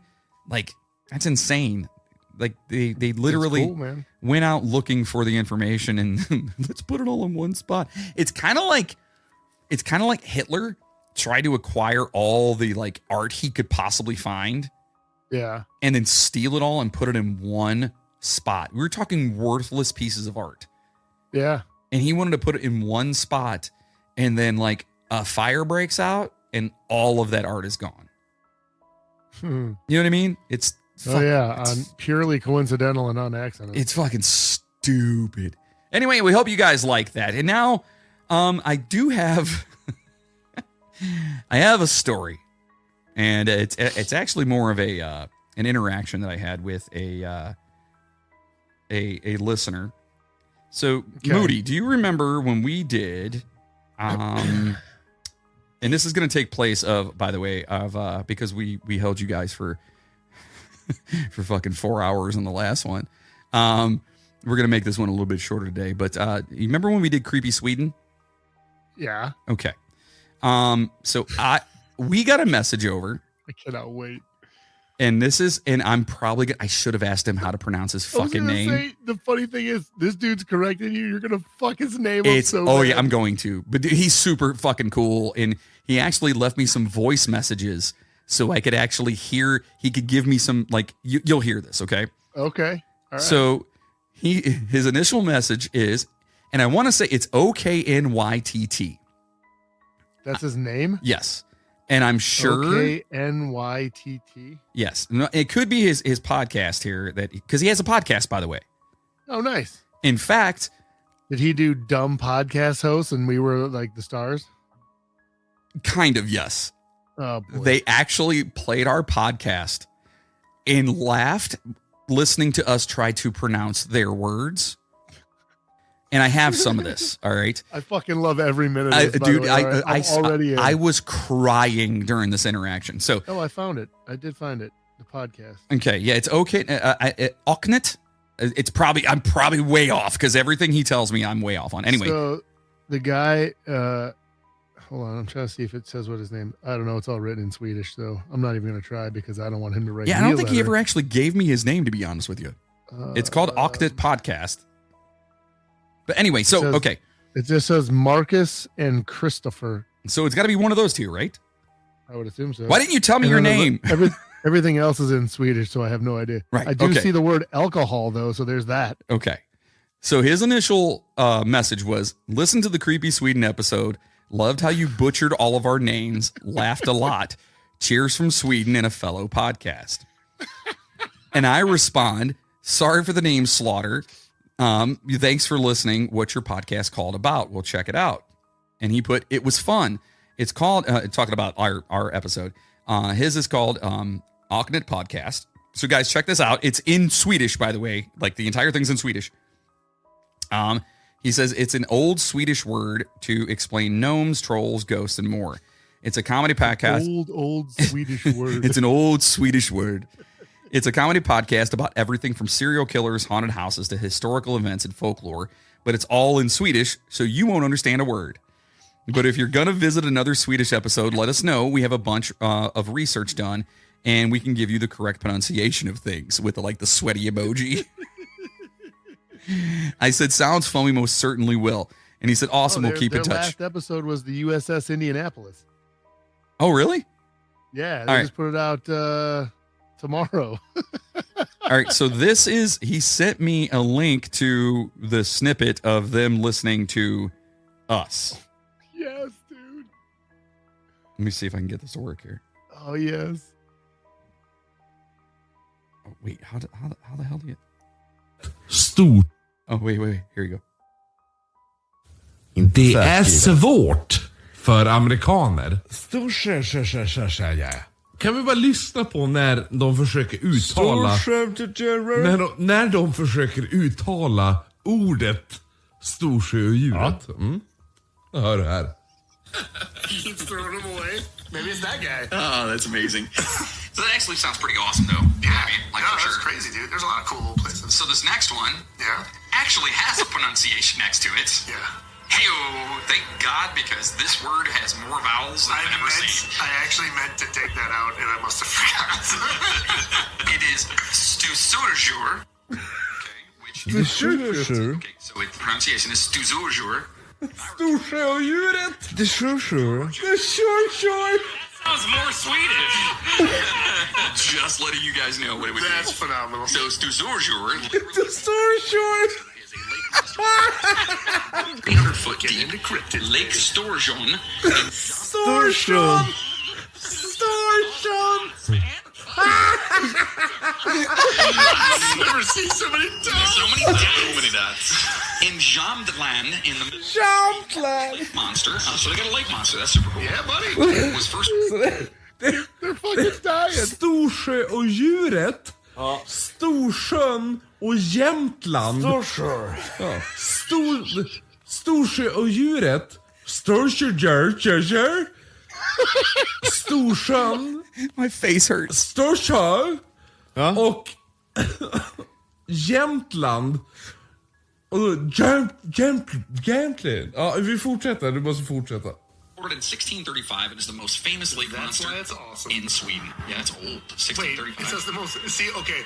So I stopped when I read that. I'm like, the most famous lake monster. How many fucking lake monsters does Sweden have? Right. I didn't look into it, but Probably a lot. They have a lot of lakes in they Sweden. do, yeah. Fjords and things. When the only city located by Storsjön, Östersund, celebrated its 200-year anniversary in 1986. Oh, wait, let me go back to the pronunciation. Storsjön. It's just whatever. Along with its offspring and nest, became protected by. Okay, so he sends that to me, and I'm like listening to this, and obviously it's in Swedish, but I can tell that they're just making fun of us and laughing along with our stupidity, which to me was like, that is the coolest thing ever. You know what I mean? God, that's so funny. He says, this is our reaction to your episode when you try to say, and I'm not going to try and say it again. He has it again. I'm not going to do it. But he said no hate. He's like, dude, I'm not being, a dick about this at all. They thought it was amazing. And I just said, holy shit. Like I said, fuck, that's amazing. And I put, quote, these Americans are fucking idiots. And he goes, but we love it. I get why that word is fucked up to say. So many O with an umlaut and A with an umlaut and a one with a different whatever. I said, just listen to it again, and almost cried laughing. How do you pronounce it? He says, what word? Because you're all over the place. And he says that word, I'm not going to do it. I'm not going to do it to myself. And I said, yes, that word. So wait, check this out. So the word you're that you're pronouncing is actually pronounced Storsjöodjuret. Storsjöodjuret and Dude, you're not even like, fucking close. Stujuret. And it's fucking amazing. Stujuret. Stujuret. I think I got it. Stujuret. You don't have it at all. Yeah, that's dude. right. Stujuret. I think that's right. Hold on. I'm gonna listen to him again. Hold on. So the word you're that you're pronouncing is actually pronounced Storsjöodjuret. Storsjöodjuret. And you're Okay, Stujuret. Okay, I got it that time. Stujuret. All right, he has to let me know. He didn't give me his name, so I want to know if I got this right now. Oh, So fuck, anyway, that's amazing. hold on, it goes on. And I put, Oh. I said, I'm playing this entire debacle on the show if you don't mind. He said, you go, girl. Which is the greatest fucking reply ever. And then hold on, then he left me this. I love the part when you think you found this the right pronunciation of Halland and Skåne, and you're like, Halland, yes, Halland. That's how you pronounce it, Halland in Swedish, and also Skåne, and you're like, Skåne. Skåne, yeah, that's how you pronounce it. Yes, I think all Swedish people will love this. Skåne is actually Skåne. I just love it. So he's totally cool, you know what I mean? And so then I put, holy shit, I've never been so happy to be an idiot. I'm dying. Because I was crying during this whole thing. And then he said, he laughed. He said, I'm a bit tipsy, so sorry if I'm sounding a bit drunk. First of all, my kind of guy. Let's go. He goes, but you were talking about a prehistoric bird, and that is not a Swedish lore or anything. So we found information that's not even real over there. Are you serious? Yeah. And then he goes, unless it's, you don't do this to me. Unless it is the Hollandsgamen, a.k.a. the Holland vulture, and I'm sure I'm saying it wrong. And if so, it is all bullshit. There is no historical event or anything where a prehistorical bird has been witnessed by anybody in Sweden. Well, what the fuck did we find? I don't know. I have no idea what we found. All I know is I gotta go back and listen to that shit. Now. That is probably, we get a lot of so not only did we completely butcher this man's language, but we got the wrong information. We provided a fact that was in fact not a fact. Correct. That apparently is nothing. Correct. At all. Yeah. So Sweden probably hates us. Oh my god, dude. But listen, I want to say to all of our Swedish listeners or any other country we've butchered your shit, blame the internet, because that's where we get information from. And when it comes to the words and stuff, I say this all the time, that and I don't want to say all Americans, but a lot of Americans, we just do we do English. See, we speak English, and we do English. we do English. That's it. But and then you guys being bilingual, trilingual, like all these different languages you guys do, it's amazing to me, and I have so much envy in my heart that you guys have that ability to do so. So when we go in and butcher your shit, it is not intentional in any way, and I hope you guys know that. And obviously you do that, or you wouldn't be sending me messages and just laughing about it, because I mean, they took our episode and made an episode of their own podcast out of it. Like, you know how stupid we are? Like, if somebody takes our shit. It is quite possibly the greatest thing that we've ever done. Yeah. And again, that we were so dumb. Correct. That we were made into an episode of another podcast. Yes, we are a meme now. I'm not mad at all, dude. I'm not mad at all. I think it's amazing, and well, you know what? Number one, thanks for listening. I want to see.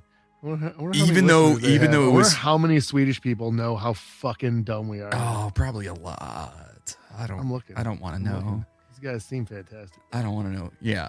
If I knew what they were saying, I'd listen to their freaking podcast. But I can't even say what it Stu's. Hold on. I have to read the word before I can say it. Stop. You're gonna make yourself. No, you stop sound it. like an idiot again. Oh, they did Ed Stuže Gein as well. užurit. I did it. Stuže užurit.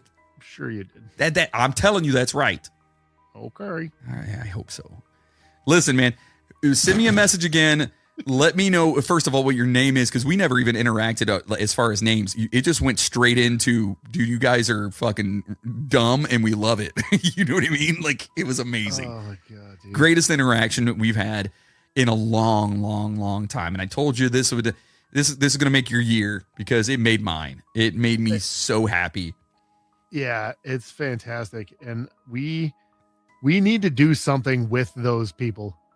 With that podcast, we need Absolutely. to figure something out. Like, And we again, need to, like, the podcast, if you guys want to listen to it, we'll promote it again. I'm going to say it's Oknit, but I'm probably way off. It's probably like Jujujuj. It's the Oknit pod. So OKNYTT pod. But it is in Swedish. And I don't know if they have any kind of like, what do you call it? Like a translator or translation or anything on there. But that's the podcast. So if you guys get a chance to listen to that, even if you just go over and just tell them that we sent you. They've been around. They've got 507 episodes. Holy shit. That's crazy. Yeah. These guys are killing it, man. Hell yeah. Keep going. Let the world know that we're idiots. Or at least let Sweden know that we're idiots. That's another place I want to go. I want to go to Sweden so bad. Oh, it's so awesome. Oh, wait. I wonder if this is it. Now I know who to hang out with. I'm going to In hang this out. episode, we have. This can't be. Is it? Is it their theme music? Maybe. Don't hate on us for doing this. We're not trying to. Oh, wait. No, never mind. This is a different one. Sorry. Oh. It has like the same name, but it's not. No, there's this Oknit pod, I believe. Yeah, this one had the same first name. I'm not going to say it because I don't want to be the idiot, but. Or Oknit do podcast, we have yeah. an intro?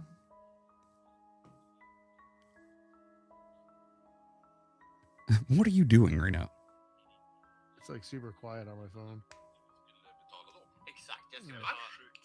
Oh, yeah, that's got to be them. Listen to the voice. What the fuck?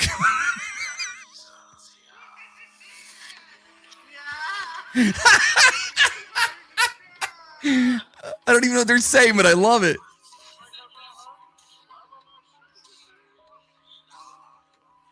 Sturzjuret.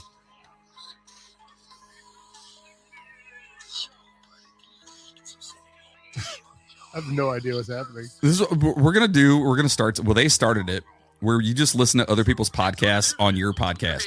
Du lyssnar på Oknytt. Det här är en Norrlands humorpodd där jag, Kristoffer, regissören Jonsson, sitter tillsammans med Marcus, navigatören Österström.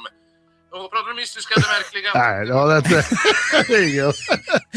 I fucking love it. Dude, absolutely. Oh, we my gotta God. do something. We gotta do something. Yes. It looks like they cover a lot of the same shit we do too. Yes, so. yeah, and they, unlike us, they can speak our language. So, And unlike us, they actually put out episodes. oh, They have 343 episodes. we've got a lot more than that. I'm not saying we don't. I'm just saying. They have No, I'm 343. saying like we have a lot more. They just, They did, it's taken 10 they years did- to do that. They did a 5-parter on Billy the Kid. Oh my God. Yeah. Dude, that's amazing. I honestly, I Yeah. wish I could listen to it. You know, I wish I spoke English, let alone Swedish. But anyway, so yeah, we'll connect with those guys. And again, if you're out there listening, brother, and in fact, I'll send him a message in case he's not listening to this episode or whatever, and just find out what his actual name is. But it's got to be, you said either Christopher or what was the other guy's name? Looks like it said Marcus. Marcus. Okay, so it's one of the two. So you know what we need to do? We need to find an episode of theirs and listen to how they pronounce stuff just to see how close it is or how weird it is. Oh, like actual like names and stuff? Because I Yeah, mean, 'cause a lot proper of the names stuff are. they're- a lot of the stuff they're doing takes place. Like they did one on Ed Gein Oh, and okay. stuff like that. Like I just want to hear how they pronounce like cities and shit in the United States. Okay. Well, that's your job. But clearly that guy knows English a little Yeah. bit at least. Your so. job is to I'll find. All right. Listen all and right. see if it sounds even remotely as ridiculous as my pronunciations of shit. Probably not, because Stujajurt. that's I'm just gonna walk around saying it. That's it. That wrong, might be in though. the You're saying intro. it wrong again. I'm not. That's not how you say. Stujajurt. No, you're saying it wrong. No, I'm again. not. I'm gonna play it Yes, you again. are. I'm gonna play it again. God damn it! Everyone out saying there it right now wrong is again. like, okay, we're totally out of here. But hold on, listen again. So the word you're that you're pronouncing is actually pronounced storsjöodjuret. Oh, okay. Storsjöodjuret. Oh, Jurit. And you're like storsjöodjuret. And it's fucking amazing. Stujajurt. Okay. Anyway, just wanted to bring that to light, and I'm telling you, when it first came up, my daughter and I were sitting there, and I was just playing it, and we're dying laughing just because how amazing that is. So the interaction's great. So anyway, all right, that's our episode for today, folks, and that is probably the coolest thing that's happened in a long time. Thank you so much over there in Sweden for listening, and even if it's at our expense and making fun of us because we're stupid, we appreciate it. And yeah, so do us a favor, make sure to stop over to our official website, themidnighttrainpodcast.com. Over there at our official website, you can buy some super sweet merchandise. Super sweet. Where you can find our Duke of Fingerbum shirt. You can find, well, the upcoming Troy 3, Mr. shirt. It will be coming, I promise. If you liked what you heard from us, please consider being a show producer by heading over to the midnighttrainpodcast.com and clicking on the Patreon button, or at patreon.com/the Midnight Train Podcast. And for $5 a month, you can get all kinds of cool stuff like custom posters, shirts, all the bonus episodes. I mean, because there's a ton of them. And if you're a diehard Midnight Train fan, or if you just want to hear us fuck more words up than we do in the regular episode, get on over there and sign up. It really does help us out a lot. So if you want to, just be cool. Just be cool. And then I will, I'll say your name at the end of the show, just telling you how much we appreciate you. Or if you want to make a single one-time donation to the show, you can do that at PayPal and use the email address, themidnighttrainpodcast@gmail.com. Or if you're from another country, please send us more stuff about how badly John pronounces words. Yeah, I'm down. We could make that into a whole episode, and it would be amazing. Just everything I fucked up. It'd be like the dumb clip shows that they do for television, right? Oh, yeah. Where we'll have our own clip show of people from all the countries that we've just destroyed the words from. God, I don't even want to know. Oh my God. That would be amazing. It That would would probably be our most listened to episode of all time. It probably would be. Yeah.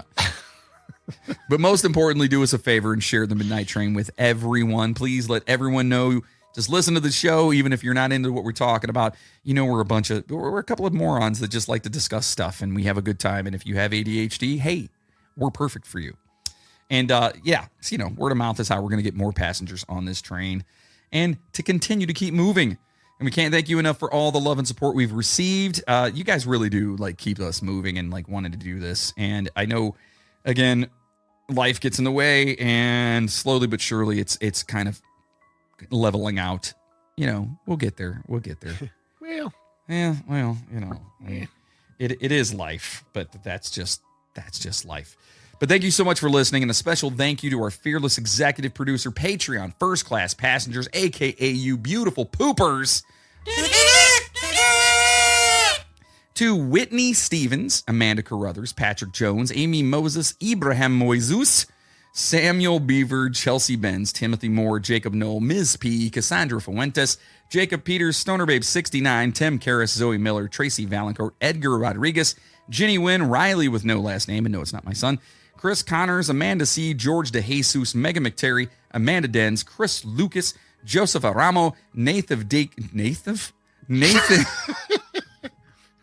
please send us a message on how to pronounce your name properly. Nathan Diekman, Caitlin McKinney, Maggie Brothers, Rick Resler, Miles Campbell, Brian Gunsman, Pumpkin Escobar, Mac Doherty, Janet Sherrill, Chad Flint, Chris McLeod, Justin Kowalczyk, Christina Skelton from the Sister Skeleton Podcast, We Miss You, Maria Gibbs, To Chainsaw. What the fuck? Katie Brabennick, and of course, our boy, our good friend, if you will, Mr. Bill Birch. Oh, good for you, sir. Spread the word for us, folks. And if you want your name to be mentioned on the show and for us to be eternally grateful, become a Patreon producer. And maybe you can make fun of us just like the folks from Sweden did. It's fine. You don't have to pay to make fun of us. You don't have to. Just send us messages. Tell us when we screw up. We love it. I don't care. I know we screw up all the time. It's fine. But we don't do it intentionally. We don't do it to disparage anybody. It's just... We're just stupid. It's sheer ignorance. It is. That's fine. It's 100% what it is, and it's fine. So listen. Until next time. Keep questioning. Keep exploring. And never stop seeking the truth. And as always... Hold on. Hold on. What? You know what opportunity you missed? What happened? You should have put that in Swedish. I can't say the one word right. That's why it would have been fucking amazing, dude. Fuck. Fuck. Just quit while you're ahead. Anyway, choo-choo, motherfuckers. Now go home and get your fucking shine box. I pity the Mr. Bean.